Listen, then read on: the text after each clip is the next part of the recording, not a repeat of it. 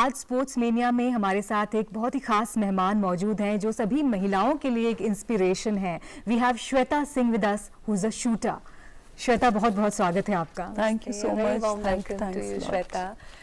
Asian Games winner, Commonwealth winner, a lot many titles to your name. But इसकी शुरुआत 1997 में हुई थी, if I'm not wrong, at such young age. If you can just tell us about how this whole journey started. तो 1997 में मेरे father मुझे और मेरे ब्रदर को शूटिंग रेंज लेके गए। उनको किसी के थ्रू पता चला कि शूटिंग एक स्पोर्ट भी है, तो हम दोनों बहुत एक्साइटेड थे कि शूटिंग के लिए जा रहे हैं। तो पता ही नहीं था शूटिंग इज अ स्पोर्ट, हमें लगा मूवी शूटिंग देखने जा रहे हैं। वहाँ पे जाके देखा तो एक नेशनल कैंप चल रहा था and it was very fascinating. Guns हाथ में है, सब लोग फोकस्ड होके एक लेन में खड़े हैं, ट्रेनिंग कर रहे हैं। वो कैंप ख़त्म होने के बाद around 5 o'clock in the evening हमने वहाँ पे जो मैनेजर थे उनसे बात की पापा ने एंड पूछा कैसे करते हैं स्टार्ट। तो तभी थोड़ी देर के लिए उन्होंने हमें कहा कि ठीक है आप बच्चों को थोड़ा ट्रेनिंग करा देते हैं। तो मेरे हाथ में गन थी, मैंने चलाई। पापा and that person was talking और उनकी बातें सुनते सुनते मैंने ध्यान नहीं दिया, गन मेरे हाथ में नीचे थी and I shot my self. मेरे राइट फुट में मैंने गोली मार दी। और ये फर्स्ट डे का एक्सपीरियंस था। पेनफुल स्टार्ट, धमाकेदार शुरुआत। तो तभी लेके गए हॉस्पिटल, लेके गए उसको, टेपिंग कराया, सब कुछ किया। एक हफ्ते बाद पापा ने पूछा बेटा चलना है, मजाक में कि बच्चा डर गया अब क्या जाएगा शूटिंग करने। और लाइक हाँ मुझे जाना है। तो वो शुरुआत थी, वहाँ से बिगनिंग थी। उनको जब लगा कि ये चाहते हैं करना, बच्चे अभी भी खेलना चाहते हैं इतना बड़ा एक्सीडेंट होने के बाद भी, तो वहाँ से हमारी शुरुआत हुई थी। कॉमनवेल्थ गेम्स में आपका मेडल आया, एशियन गेम्स में आपके मेडल है। जब आप इन सब नेशनल इंटरनेशनल टूर्नामेंट्स पे जाते हैं, सबसे बेस्ट मोमेंट क्या रहा है and how you feel being there at the podium receiving the medal for the nation? 2002 Commonwealth Games में मेरा सिल्वर मेडल था। उसके बाद there was no looking back. मैं जूनियर शूटर थी, I was under 15 years age, but एक senior category में represent करना, इंडिया को मेडल दिलाना, पोडियम पे खड़े होना, फ्लैग देखना ऊपर जाते हुए, वो चीज़ें उस छोटी एज से इतने अंदर तक चली गई कि आज तक इंडिया का फ्लैग, गोल्ड मेडल पोडियम से ऊपर देखना, ऊपर फ्लाई करते हुए देखना, वो अंदर बसा हुआ है। और जब तक वो हो नहीं जाता, जब तक मैं कर नहीं देती हूँ, मैं रुकने वाली नहीं हूँ।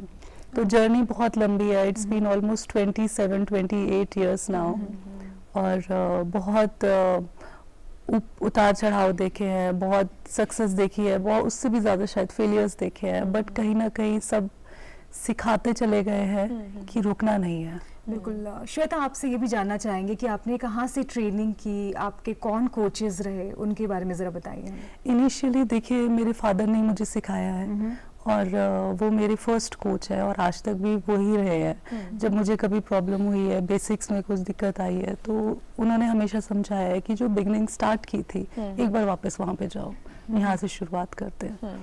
तो पापा मेरे पहले कोच रहे हैं। शूटिंग की ट्रेनिंग मैंने करनी सिंह शूटिंग रेंज पे ली है और मोस्टली ट्रेनिंग वहीं हुई है। अदरवाइज जब इंडियन टीम में आ गए तो बैंगलोर, भोपाल, पुणे, बहुत सी रेंजेस पे हमारी ट्रेनिंग कैंप सब कुछ चलता रहा है। कोचेस की बात करें तो हमारे इंडियन टीम के लिए इंटरनेशनल कोच हमने इंडियन टीम ने हायर किए थे 2005 to 2008। चोबा ग्योरिक, ही वाज फ्रॉम हंगरी। तो वो एक टाइम था जब एक अलग डिफरेंट काइंड ऑफ ट्रेनिंग के अंदर आने का मुझे मौका मिला, एक हायर लेवल ऑफ ट्रेनिंग करने का मौका मिला। तो वो हमारे कोच रहे हैं। उसके बाद कई सारे फॉरेन कोचेस हमारे साथ अटैच रहे हैं। ट्रेनिंग काफ़ी सारे कोचेस के साथ रही है, बट जो मेन मैं कहूँगी जिनके साथ मैंने इनिशियल बिगनिंग की और फिर जो नया सीखने को मिला, वो ये 2 लोग रहे हैं। आपके अगर आपके जो स्पोर्ट आप खेलते हैं, आप 10 मीटर्स एयर पिस्टल, 25 मीटर्स पे खेलते हैं, उसके बारे में बताएं कि how it is different from the other events, क्योंकि शूटिंग में भी बहुत सारे मल्टीपल इवेंट्स होते हैं। अगर आपके खास तौर से इवेंट की बात की जाए, ये अलग किस प्रकार से है? देखिए 10 मीटर एयर पिस्टल इवेंट सबसे पहले 10 मीटर डिस्टेंस पे खेला जाता है। यहाँ से 10 मीटर दूर हमारा टारगेट होता है, हम उस पे शूट करते हैं। और जो 25 मीटर है, जो बेसिक डिफरेंस है वो दोनों 25 मीटर का है। उसके अलावा 10 मीटर पे air pistol, air rifle use होते हैं जो कि लाइसेंस्ड गन नहीं होती है। और जो बेसिक इवेंट है जहाँ से बिगनिंग हर कोई करता है वो ये दोनों इवेंट से ही करते हैं। उसके बाद आता है 25 मीटर, 50 मीटर इवेंट्स। 25 भी, उसके लिए भी लाइसेंस चाहिए? वहाँ पे जो गन्स यूज होते हैं they are all licensed guns. और वो आप एक तो आपकी एज होने के बाद आप यूज कर सकते हैं आफ्टर 16। और .22 गन है, थोड़ा झटका आता है उसमें, तो it's a next level game. तो मैं यही कहूंगी कि वो शुरुआत 10 मीटर से ही करते हैं, then you go to 25 metre and 50 metre. और किस तरह के वेपन्स आप इस्तेमाल करते हैं? क्या वो भारत में मिलते हैं? Weapons, equipments, what all it is required? Weapon India में कोई भी नहीं है, हम लोग सारे इंपोर्टेड वेपन्स यूज़ करते हैं।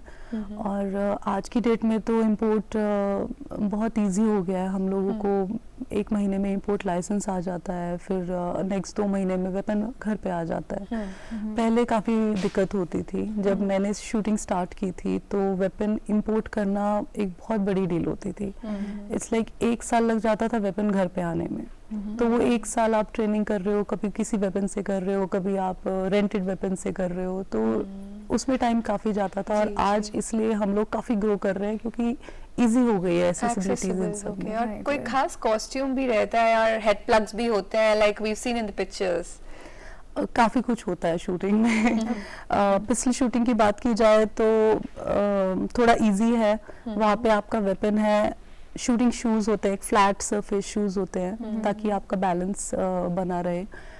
इक्विपमेंट्स में शूटिंग ग्लासेस होते हैं जिसमें एक आई कवर करने के लिए होता है क्योंकि हम दोनों आंखें खोल के शूट नहीं कर पाते हैं। कुछ लोग हैं, एक्सेप्शंस है वर्ल्ड में, जो दोनों आंख खोल के भी करते हैं, बट जो बेसिक सबके लिए एक नॉर्मल है वो ये है कि आपकी लेफ्ट आई बंद रहती है, राइट आई खोल के आप शूट करते हैं। उसके अलावा शूटिंग ईयर मफ्स होते हैं ताकि जो साउंड है वो ब्लॉक करे। 10 मीटर पे इतनी साउंड होती नहीं है, बट 25 मीटर पे काफी साउंड होती है, डिस्टर्बिंग होती है, तो उसके लिए ये सब कुछ यूज होता आपको है। क्या ज्यादा पसंद है, 10 मीटर्स पे या 25 मीटर्स पे? व्हाट डू यू एंजॉय मोर? देखिए 10 मीटर मेरा पेट इवेंट है, वो मेरा प्यार है। वहाँ पे जब मैं अच्छा शूट करती हूँ तो मेरा दिन अच्छा रहता है। एंड 25 मीटर एक एक्साइटिंग इवेंट है, वहाँ पे साउंड है, वहाँ पे जर्क अच्छे खासे मिलते हैं। जब आप शूट करते हैं तो एक पूरा बॉडी हिलती है, तो वो एक अलग काइंड ऑफ एक्साइटमेंट लेवल रहता है। But I enjoy 10 metre air pistol more. Okay. So Shweta, you began in 1997. You were a kid then, और अभी हम 2025 में हैं. So how this shooting landscape has evolved? क्या बदलाव आए हैं with evolving technology and everything? बहुत कुछ बदल गया है। पहले जैसे कि मैंने बताया, एक तो इंफ्रास्ट्रक्चर की कमी थी। अभी शूटिंग रेंजेस बहुत सारी हैं, बहुत high class world level shooting ranges available है इंडिया में। पहले ये सब नहीं था। फिर इक्विपमेंट्स आसानी से नहीं मिलते थे, गन्स आसानी से नहीं मिलती थी। जब मैंने शूटिंग स्टार्ट की तो हमारे पास गन नहीं थी।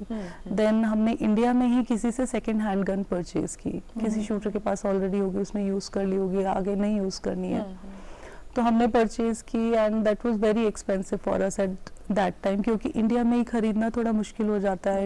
You get it for higher amount. तो खैर वो वेपन वगैरह परचेज किया। पैलेट्स में दिक्कत आती थी, पैलेट्स नहीं मिलते थे, तो हम लोग होल्डिंग करते थे, ड्राई फायर करते थे, कम पैलेट्स चलाते थे, टारगेट्स नहीं अवेलेबल होते थे। तो पापा बहुत मेहनत करते थे हमारे साथ में। पेपर टारगेट्स को पैच करके हम रीयूज करते थे ताकि नेक्स्ट डे ऐसा नहीं लगे कि हमारे पास है ही नहीं कुछ चलाने को। तो ये सारी प्रॉब्लम से काफ़ी आगे आके अब शूटिंग रेंजेस जो है कम्प्लीटली इलेक्ट्रॉनिक हो गई है। वहाँ पे पेपर टारगेट्स अब यूज़ नहीं होते हैं। तो इलेक्ट्रॉनिक पे आप यहाँ पे खड़े होकर शूट कर रहे हैं और रिजल्ट भी आपके सामने कंप्यूटर स्क्रीन पे सामने आ जाता है। बिल्कुल ज़्यादा एक्सेसिबल हो गई हैं चीज़ें पहले से। लेकिन श्वेता, एक और बात, जैसे कि आपने कहा इट्स एन एक्सपेंसिव स्पॉट, तो अगर कोई शुरू करना चाह रहा है, हम बैकग्राउंड से है, तो what are the ways a person can start shooting with? आजकल बहुत सारी प्राइवेट रेंजेस हैं जो काफ़ी सारे कोचेस ने अपने अपने रेंजेस खोले हुए हैं एक्सपोजर के लिए, सीखने के लिए। तो इनिशियली सभी लोग मोस्टली वहीं पे जाते हैं और they provide you with the guns, equipments, everything for a very minimum charges. Okay. तो वो So you don't have to buy your own you weapon. don't have to they'll- buy immediately, but जब आपको लगे कि अच्छा now you want to go into this sport, आपको लगे आपने 1 साल दिया है and you are very interested, आपका रिजल्ट भी दिखा रहा है, आप बता रहे हैं खुद से कि हाँ आप कर सकते हैं, then you should go and buy a weapon. उससे पहले I don't think there is any need, क्योंकि जब तक आपके पास एक weapon है which is functioning properly, then you should work with that. In fact मैंने almost 10 to 11 years sports authority of India के वेपन से शूट किया है, because I was under as and I could not import any weapon. .22 मैं gun की बात कर रही हूँ, तो I was shooting with that weapon. Sai से मैं हर साल वो वेपन का परमिट रिन्यू करवाती थी and they used to give me for 1 year, तो कम्प्लीटली मेरे पास वेपन रहता And है, I you can can, use it like my own arrange weapon. it in your own terms. So there are many ways like this कि हम उस expense को initially बचा सकते हैं। Okay, Shweta, shooting is a game of focus, right, and patience. What other skills? मतलब एक shooting के लिए कौन से skills होने चाहिए एक खिलाड़ी में? 2 मेन स्किल्स तो आपने बता ही दी है। फोकस्ड, कंप्लीट फोकस रहना होता है, बिकॉज एक शॉट में भी अगर आपका फोकस प्रेजेंट से फ्यूचर पे गया and then you might miss it. उसके अलावा मैं ये कहूँगी एक परसिस्टेंसी चाहिए होती है, एक कंसिस्टेंसी चाहिए होती है कि आप मेहनत कर रहे हैं एंड आप रिजल्ट नहीं इमीडिएटली एक्सपेक्ट कर सकते हैं, because shooting is not a physical sport कि जहाँ पूरी ताकत लगा दो अपनी। यहाँ पे आपको हर मोमेंट में अपने आप को कंपोज रखना होता है, चाहे बाहर कुछ भी हो रहा हो, but when you are at the lane you have to see only the lane. उसके बाहर आपके घर पे प्रॉब्लम्स है, आपके पढ़ाई में प्रॉब्लम है, आपका जो कुछ भी उसके बाहर है वो बाहर ही रहेगा। तो उसको उस मोमेंट में अपने आप को कम्प्लीटली वहां रखना, उसके लिए आपको कंप्लीट एक पैकेज खुद का बनाना पड़ेगा, जिसके अंदर आपको डिफरेंट काइंड ऑफ एक्सरसाइजेज होती है आपको करनी पड़ती है, ताकि आप वहां पे अपने आप को completely at that present moment रख पाए।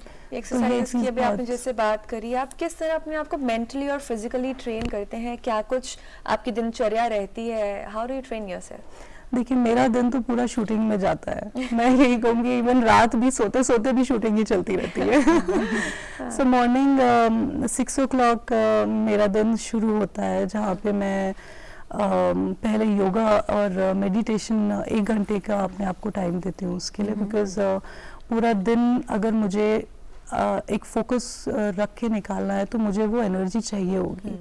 तो योगा से, ब्रीदिंग से, मेडिटेशन से मैं वो एनर्जी अपनी लेने स्टार्ट करती हूँ दिन में। And then training time 9 to 2 का रहता है मॉर्निंग में, जहाँ पे टेक्निकल ट्रेनिंग होती है, जो भी वेपन्स को लेके हम ट्रेनिंग कर रहे हैं with the weapon at the shooting range, वो टेक्निकल ट्रेनिंग है। उसके बाद इवनिंग में 5 to 7 physical workout, because shooting is more of a mental game, but जब तक आप फिजिकली फिट नहीं है तो आप मेंटली भी कॉन्फिडेंस गेन नहीं कर पाएंगे। So it has to be a combination of it's a both physical combination and- of everything. So Shweta, आज बहुत सारी महिलाएं हैं, यंग बडिंग शूटर्स हैं जो आपको देख रहे हैं। Quick message you want to give to all of them? मैं वुमेन के लिए ये कहना चाहूँगी कि आप शक्ति हैं और उसे पहचानिए। अगर कभी आपका कोई भी सपना रहा हो, बचपन में कोई सपना देखा हो, तो उसको पूरा करने की ना एक बार कोशिश ज़रूर कीजिए, उसको छोड़िएगा नहीं, क्योंकि हमारे अंदर जो ताकत है वो शायद इस दुनिया में किसी स्पीशीज़ के अंदर नहीं है। हम वो कुछ कर सकते हैं जो कोई नहीं कर पाता है। तो उस ताकत को पहचानिए और अपने ड्रीम को पूरा करने के लिए एक कोशिश ज़रूर कीजिए। क्या बात है, बहुत सुंदर। Thank you so much Shweta for coming here and telling us this very important thing कि सपने देखे हैं तो उनको पूरा करने की कोशिश जरूर करें। बहुत बहुत धन्यवाद Shweta, and all the best for your future events. Thank you, Shweta. Thank you for having me here today.